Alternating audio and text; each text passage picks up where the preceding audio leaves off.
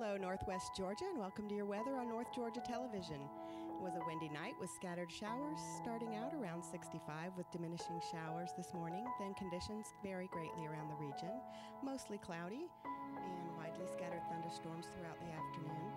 Expect an average high of 74. More showers and thunderstorms later tonight, and winds die down. Overnight temperatures near 60. And around the region, Calhoun at 66, warming up to 73 by noon, and then a high of 75 this afternoon. In Chatsworth at 65 this morning, expect 72 at noon and 77 for your high under mostly cloudy skies. Chickamauga at 66 this morning, 72 expected midday and down to 70, around 4 under cloudy skies. Cohutta, 66, 72 expected midday and down to 70.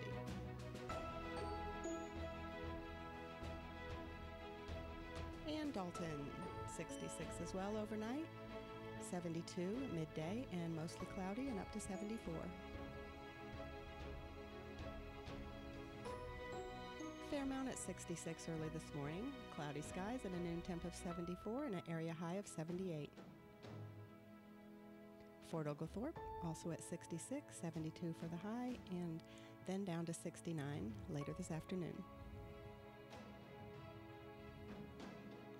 Lafayette at 65, 72 and partly cloudy midday, and then 70 later this afternoon with a chance of a thundershower. And Ringgold, 66 this morning, midday high of 73, and then 70 late this afternoon. And the 7-day forecast, tomorrow overcast with a chance of isolated showers or thunderstorms mainly in the morning. Highs in the upper 70s, cloudy with occasional showers late Saturday night, lows near 65. Sunday, potentially severe thunderstorms expected, south winds at 10 to 20 and temperatures in the low 70s. Storm gives way to partly cloudy skies overnight, temps in the mid-40s and winds at 10 to 15. And then Monday, partly cloudy, highs in the upper 60s, clear skies Monday night, lows down in the mid-40s.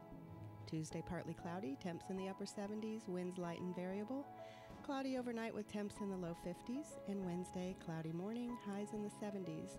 And showers in the evening with scattered thunderstorms possible, lows near 60. Thursday, variable clouds with scattered thunderstorms, south winds 10 to 15, highs in the mid-70s and lows near 50. And Friday, rain early, mostly cloudy skies, and mid-60s, lows near 45 Friday night. And that is your weather. Whatever the weather, we at North Georgia Television hope you have a blessed and beautiful day.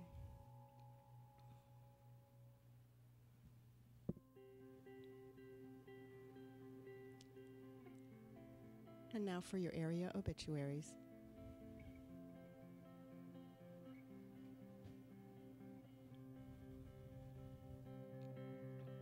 Connie Grizzle Connell, age 78. Connie Connell of Ranger passed away peacefully at home April 1st. A celebration of life, love, and laughter will be held at Calhoun First Presbyterian Church on Saturday, April 13th at 12 p.m. In lieu of flowers, expressions of love could be donated to the Voluntary Action Center of Calhoun or the Gordon County Animal Shelter. Arrangements are under the care and direction of Max Brannon and Sons Funeral Home of Calhoun. Mrs. Marguerite T. King, age 96. Marguerite King of Chatsworth departed this life Saturday, April 6th. Services to celebrate her life will be Saturday, April 13th at 11 a.m. at Ponders Melrose Chapel with Reverend Travis Martin and Reverend Randy Postel officiating. She will be laid to rest at the Donville Cemetery. The family will receive friends at Ponders Chapel from 5 until 9 p.m. Friday and after 9 a.m. Saturday until the 11 a.m. service. Mr. Grady L. Klein, age 61. Grady Klein of Strawberry Plains, Tennessee, and formerly of Dalton, departed this life Sunday, April 7th, at his residence. Services to celebrate the life will be held on April 12th at 2 p.m. at Ponders Melrose Chapel. He will be laid to rest beside his wife at the Ponders Colonial Hills Memorial Park Cemetery, and the family will receive friends at the funeral home after 10 a.m. Friday until the service hour. Mrs. Jean Blaylock, age 92. Jean Blaylock of Chatsworth passed away on April 9th at her residence. Funeral service for Mrs. Blaylock will be Friday, April 12th at 12 p.m. from the Chapel of Sean Chapman Funeral Home. Interment will be in Murray Memorial Garden.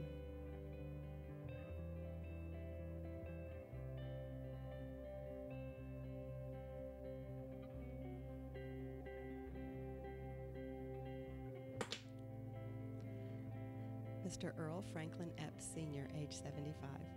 Earl Epps of Ringgold passed away Monday, April 8th. Funeral services will be held 1 p.m. Friday, April 12th at Lee's Chapel Community Church with Pastor Steve Yarborough and Pastor Greg Finch officiating. Interment will follow at Lee's Chapel Cemetery. The family will receive friends 10 a.m. to 12 p.m. Friday at the funeral home.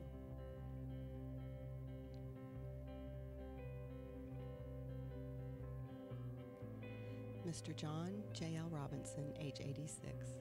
J.L. Robinson of Rossville went home to be with his Lord and Savior Tuesday, April 9th. He was a veteran of the Army serving in the Korean conflict. Funeral services will be held at 12 noon Friday, April 12th at Wilson Funeral Home, Fort Oglethorpe Chapel with Minister Jim Lewis officiating. Burial will follow in the Chattanooga National Cemetery. The family will receive friends prior to the service on Friday at the funeral home. Deacon Richard Nathaniel Pullum, age 85. Richard Pullum of Calhoun passed away Monday, April 8th. Funeral service will be held on Saturday, April 13th at 11 a.m. at Bethesda Baptist Church in Calhoun, with Brother A.J. Waters officiating. The family will receive friends on Friday, April 12th from 6 till 7:30 p.m. at Bethesda Church. Interment at Haven of Rest Memorial. Arrangements by Willis Funeral Home of Dalton. Jeffrey Eugene Dodd, age 51. Jeffrey Dodd of Calhoun died Tuesday, April 9th at Redmond Regional, following a brief illness. The funeral service will be conducted Friday, April 12th at 2 p.m. from Sonoraville Baptist Church. Pastor Jamie Hunt and Reverend Steve Skates will officiate. Committal will follow in the family plot at Chandrell Cemetery with Reverend Eddie Brannon officiating.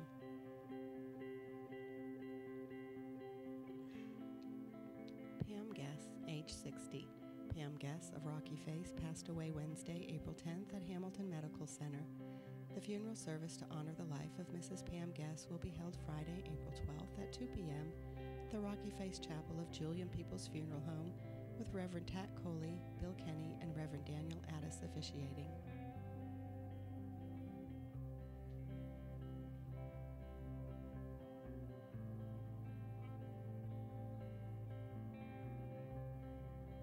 J.R. Buddy Bailey, age 67.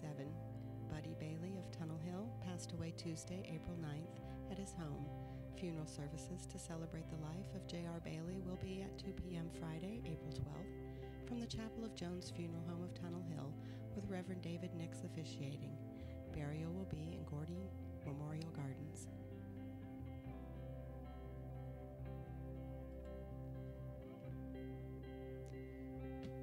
That's the obituaries. Now stay tuned for your news.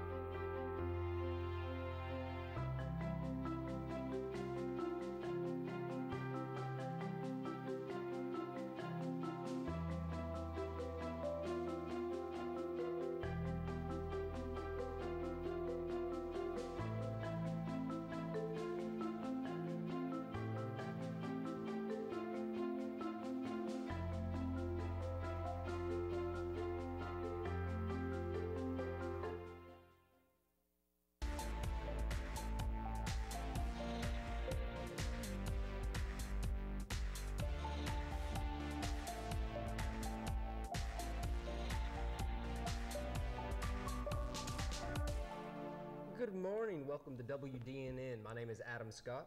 And I'm Aaron Scott. Let's jump right into it this morning. Welcome to Northwest Georgia Television News. We are your news covering Catoosa, Gordon, Murray, Walker, and Whitfield counties. In the news today, we'll tell you about the State Ethics Commission plans to subpoena Stacey Abrams, Juvro National Campaign changes at the Murray County Probate Court, Fort Oglethorpe is looking to streamline source of the traffic flow along Cloud Springs Road, and Gordon County School Board is taking applications for a new superintendent. Also coming up, some advanced training for Gordon County deputies, the latest on the impending closure of administration. Building number 2, Whitfield County Chief Magistrate Haynes Townsend retires, and upcoming events. The Atlanta Journal-Constitution reported today that the Director of State Ethics Commission plans to subpoena Stacey Abrams, Juvro National Campaign, and groups that were supporting her. The new ethics investigation into Stacey Abrams is in addition to reports that her nonprofit could be facing potential IRS tax violations as she considers her next run for office. A new poll out today shows Stacey Abrams' favorability among Georgia voters is in decline as she still won't concede the 2018 Juvro National race. Since January, her favorability is down 7 percentage points, while her unfavorable rating is now up to 5% points, with 45% of Georgians having an unfavorable view of her. The new Director of State Ethics Commission plans to subpoena bank records from the campaign of 2018 Democratic Juvro National nominee Stacey Abrams and groups that raised money to help her in last year's nationally watched race. After that, Murray County's chief clerk of probate court was arrested and later convicted of theft charges of approximately $100,000 over a surreal year time span. Came massive changes in the way Murray County Probate Court operates, according to probate judge John Waters, who had only assumed office about a month prior to when the warrant was served. Just a few days after the arrest, an auditing team from Rushton & Co. was brought in, and they worked with the staff and officials to make necessary changes. Bank deposits are now made on a daily basis, and they don't keep cash on hand. When money comes through the door, it's ticketed to its purpose. At the end of each day, our drawers are balanced out. A report is then run through a software. The monies are then turned over and verified with the report. Then deposits are prepared and turned over to another clerk to be verified, and then another person makes a deposit, so one person never has control. Waters is personally responsible for signing off for payments that may be processed improperly and correcting any errors. According to Waters, the probate court has been audited twice by Rushton & Company, and 0 discrepancies have been found. Along with professional changes, a new Judge Waters outside audits and updated software, video surveillance is now in place where it has not been before. Those changes came into place soon after Waters assumed office. Waters worked closely with the Murray County Stoll commissioners and county manager to put fail-safes in place and to enhance security at Murray County Probate Court. According to Waters, bond money was being manipulated also, and now there is a definite paper trail on bonds money, and bonds are no longer kept in tiles, but immediately deposited into the court's bond account, and a check is written for the amount of the bond, which is in turn deposited into the court's general funds, making bond accounts less vulnerable to abuse. According to Waters, since March of 2017, there has been no discrepancies according to Waters. Money coming into probate court has increased under his watch, not just because it's all being accounted for, but because of the increase in fines and payments assessed by the court. In turn, providing more money for disbursements of Murray County government and other state and local agencies that receive those disbursements. Other changes in Murray County Probate Court include increasing their fee scale for fines to be keeping in those neighborhood counties, privatizing probation, and adding a prosecutor and a public defender to allow any legal challenges to assessments such as fines, fees, and etc. Processed by the probate court to be heard in probate court. With Waters serving as an objective third-party judge, he says this allows for not guilty pleas to be handled in probate rather than passed upward to Superior Court. Interesting. No, it's very interesting. You know, honestly, just the way they bill, you should have some form of technology just to even be able to have this. You would assume that someone with such good funding would have figured this out a long time ago. Well, yeah, you would have assumed they would have created a system to keep up with every single penny and make sure every single penny is tracked and going to the right place. But unfortunately, it looks like it's going somewhere else.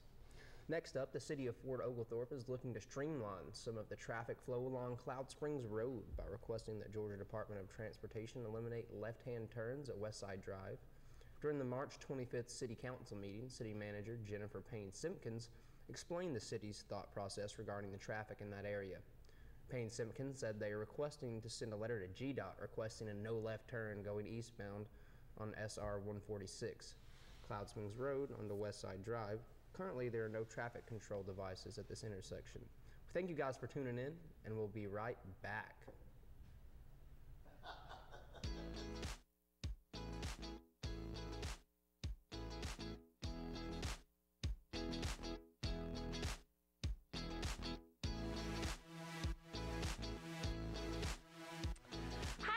I'm Connie Hall Scott, and my show, The Talk with Connie, is right here on North Georgia Television, and I hope you'll join me and my very, very interesting guests as we dish on, well, just about everything.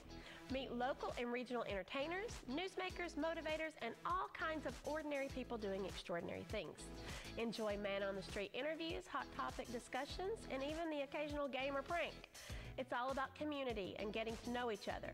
My goal is to entertain, educate, and stimulate, so join the talk for a new episode every week.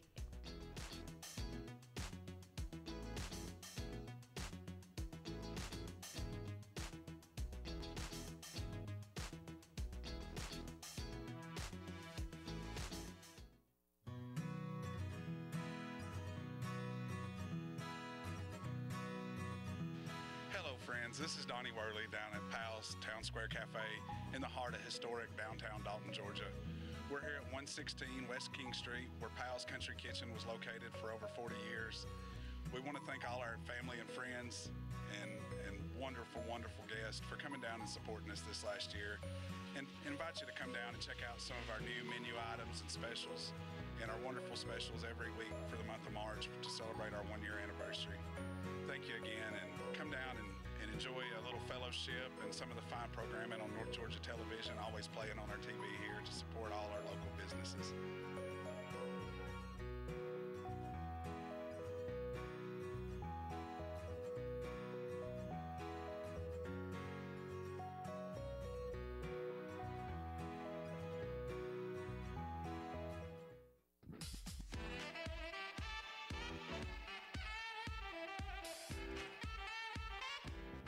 Hi, I'm Lori McDaniel, host of The Local Scene.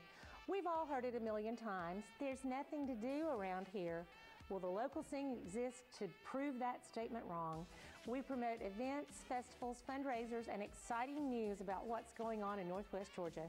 If you're looking for something to do, tune in. If you've got an event or something special you want to promote on the air, let us know so you can be a guest on the show. Hey, free publicity doesn't grow on trees, you know.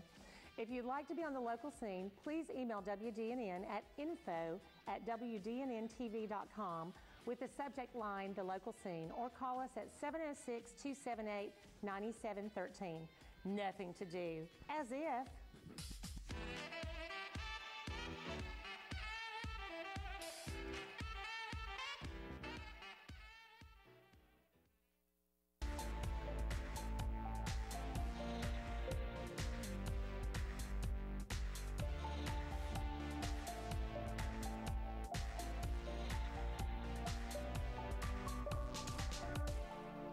Welcome back, Northwest Georgia. Next up, Chairman Charlie Walraven, the Gordon County Board of Education, says the board is hoping to begin interviewing candidates to replace Superintendent Susan Rimlar by the middle of May, aiming for a start date of July 1st.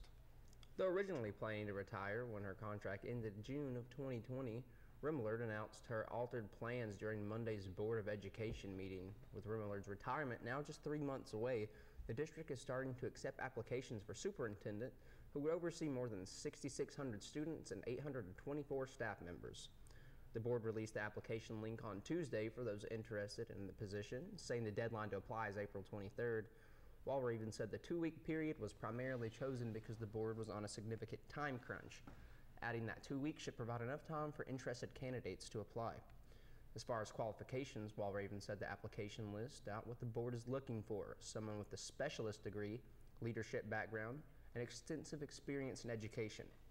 Walraven said he expected a good amount of applications to be turned in for consideration. Rimler has been in the education sector for 30 years. She's been working for Gordon County Schools for the past 12 years, starting out as curriculum director before becoming superintendent. She said following her retirement, her and her husband plan to retire to their house in Alabama. Congratulations on your retirement there. Next up, Gordon County deputies are receiving advanced training in the investigation of traffic crashes.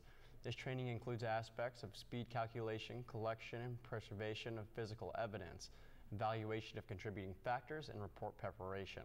As state law enforcement resources have been stretched thinner, local agencies have been compelled to play a greater role in responding to traffic crashes and related manners, especially on state and interstate highways.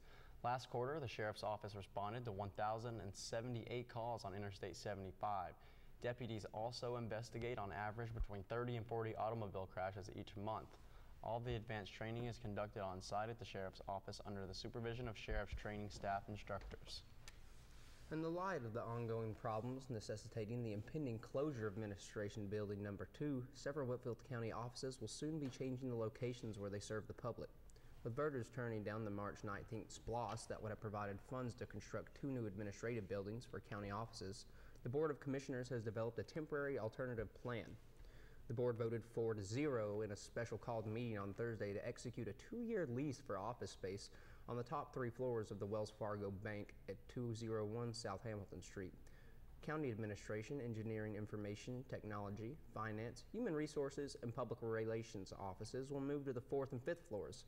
For Administration Building Number 1 and the Public Defender's Office will move to the 3rd floor from space that the county is currently renting on Wall Street.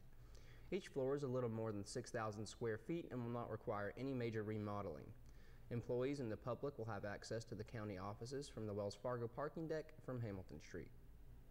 Meanwhile, accountability courts, domestic violence court, drug court, and mental health courts will be moving from Administration Building Number 2 into the vacated space at Administration Building Number 1. We believe this to be the best plan for our current circumstances, County Administrator Mark Gibson said, and will be in keeping with the most fluid operation of county government for the betterment of the citizens who pay for it. Target date to begin operations in the new locations will be July 1st, or sooner if possible. Commissioners are still studying their ultimate decision with respect to the property of which Admin 2 sits. The proposed new county administration building remains under consideration along with options. The funds that would otherwise be spent on rent and utilities for the current location of the Public Defender's Office and utilities at Administration Building Number 2 will pay a significant portion of the cost of the lease, with Wells Fargo County officials say. Commissioners settled on the Wells Fargo building after weeks of studying potential options. Many other locations were considered for accountability courts, but they were not a good fit for the courts or the property owners. With the defeat of the proposed new gymnasiums in the SPLOST, the Gillespie Gym was still badly needed for youth basketball, so renovation of that facility for accountability courts had to be postponed. Chairman Lynn Laughter said the moves are by no means permanent fixes, but will temporarily address the most critical space needs while the commissioners take another look at all the reasonable options for providing adequate facilities to be able to serve the public as efficiently as possible. You know, that's great to hear. Next up, Whitfield County Chief Magistrate Haynes Townsend retires to focus on his work with Lions Club. Townsend has just had 2 jobs in his life. Now he's moving on to his passion.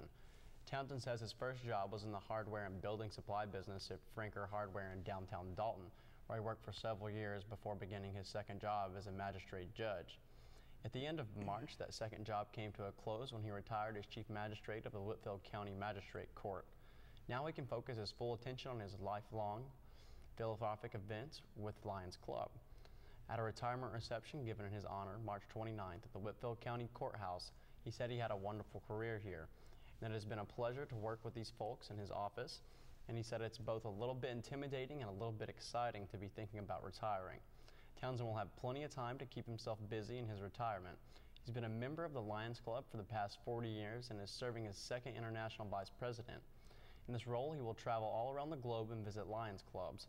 While there are Lions Clubs in 210 different countries around the world, he won't try to visit all of them, but he will do his best to try and help them out. Townsend recalled his first meeting with the Lions Club in 1979 and emphasized the club's key message, that kindness matters. He said, "If we would all just remember that and practice it, we would all be a lot better off," and then it would mantra tried to live by on one of the job at the magistrate court too.